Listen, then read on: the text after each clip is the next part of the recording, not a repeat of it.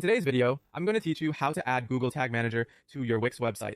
Integrating Google Tag Manager is an essential step in managing and deploying marketing tags, tracking user interactions, and enhancing your website's analytics performance. This tutorial will guide you through a simple process to integrate Google Tag Manager seamlessly into your Wix site, allowing you to unlock a new level of insight and optimization capabilities for your website. First, let's start by logging into your Wix account. Once you're in, you'll need to navigate to the specific dashboard of the website where you want to implement Google Tag Manager. It's important to ensure you're working on the correct site, so take a moment to double check the site name displayed on the dashboard. Next, we'll dive into the marketing integrations within Wix, which will facilitate this connection process. On the left-hand menu of your Wix dashboard, you'll find various options. Look for Settings and click on it. This will bring up a new set of options. Under the Advanced section, there's a selection called Marketing Integrations. Click on Marketing Integrations to proceed. Now it's time to locate the Google Tag Manager option. As you scroll through the list of available integrations, and keep an eye out for either the Google Tag or Google Tag Manager box. Once you found it, click Connect.